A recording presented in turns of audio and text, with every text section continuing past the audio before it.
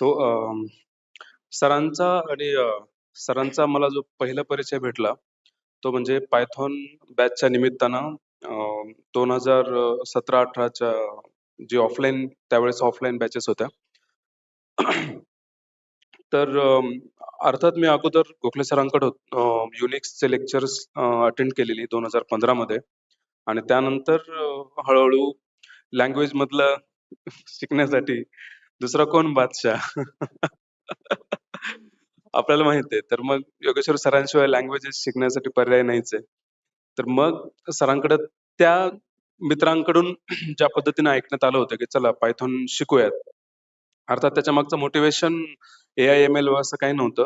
पण एक scripting language यावी आपल्याला पण म्हणून सरांकडे गेलेलो.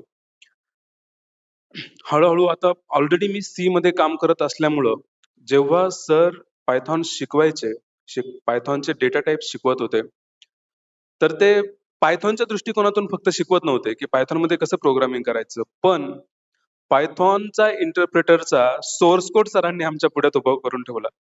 त्याचे डेटा टाइप्स ऍक्च्युली सी मध्ये कसे इम्प्लिमेंट केले हे सांगितलं आणि अगोदर सी ची माहिती असल्यामुळं ते खरंच जास्त खूप भावलं. तिथं खऱ्या अर्थानं लँग्वेज ची लो लेवल जी आहे ती कळत गेली आणि सरांचा अगदी आवडता सब्जेक्ट जो आहे तो म्हणजे मॅथ. अगदी पायथॉन मध्येही त्यानं पिच्छा सोडला नाही आणि सर अधूनमधून मॅथचेही डोस देत होते. पण त्यातून परत एकदा गणिताची कम्प्युटर प्रोग्रामिंग मध्ये किती जास्त आवश्यकता आहे आणि किती जास्त गणिताशिवाय काही आपण करू शकत नाही, ही तिथं एकदा चांगल्या पद्धतीने कळालं. अर्थात आपण एकदा जॉबला लागलो की गणित बऱ्यापैकी आपण ऑप्शनलच टाकून देतो. परंतु जर खरंच एका विशिष्ट उंचीपर्यंत जायचं असेल तर गणिताशिवाय पर्याय नसतोच. तिथली सर्वात सरांनी खरं तर सरांकडे मी पायथॉन शिकलो, सी शिकलो, C++ ही शिकलो. हे सर्व शिकत असताना सर वेळोवेळी खूप सारे युरेका मोमेंट्स देत असतात आपल्याला. प्रत्येकाला ते माहित आहे की त्यावेळेला असं काहीतरी अरे अगदी एनलाइटनिंग फिलिंग येत असते, बरोबर ना? असं कोणीही नसेल तुमच्यापैकी की अरे मला असं झालंच नाही. कर्मदरिद्री समजा तसं असेल तर. पण सर तेवढे मोमेंट आपल्याला देत असतात. त्यातला माझा जो पहिला मोमेंट होता, तो म्हणजे अचंबित करणारा होता. असंच पायथॉनचं लेक्चर सुरू आणि कसा तरी विषय सीच्या if else if statement faster की स्विच केस स्टेटमेंट फास्टर अशा पद्धतीनं तो चालू होता. आणि हा इंटरव्ह्यू वाल्यांचा पण एकदम फेवरेट क्वेश्चन असतो की अरे कुठलं डिझाईन डिसिजन काय करशील, तू इफ एल्स इफ वापरशील की स्विच केस वापरशील, कुठलं फास्टर आहे? आपल्याला काय, मला तरी त्यावेळेस काही कल्पना नव्हती. मी म्हणायचो स्विच केस असं छान दिसतंय, त्याला कम्पेअर नाही करावं लागत म्हणून स्विच केसच चांगलं आहे. पण त्याच्या मागे कुठलीही विचारसरणी नव्हती की का फास्ट.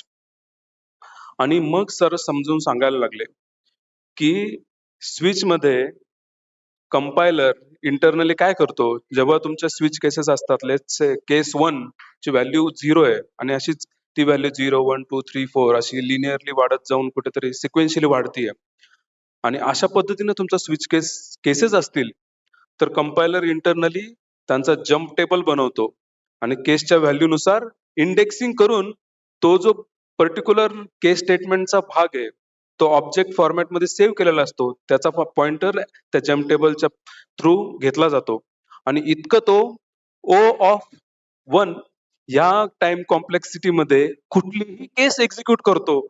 हे जेव्हा मला कळालं तेव्हा मला खरं तर तिथल्या तिथं शिट्टी फुकावी वाटली होती, जी मला येत नाही. पण कमीत कमी उठून नाचावं वाटलं होतं. परंतु काय सभ्यतेच्या तथाकथित मर्यादांना मी गोंजारत शांत बसलो आणि काही केलं नाही. परंतु मनातल्या मनात मी फार फार म्हणजे मला काही कळत नव्हतं की काय करावं. अरे असं असतं इंटरनली. अशा पद्धतीने ती स्विच केस असते. आणि मग तेव्हाच सरांनी सांगितलं की अरे स्विचला पण मग सगळ्याच केसेसमध्ये नसतं.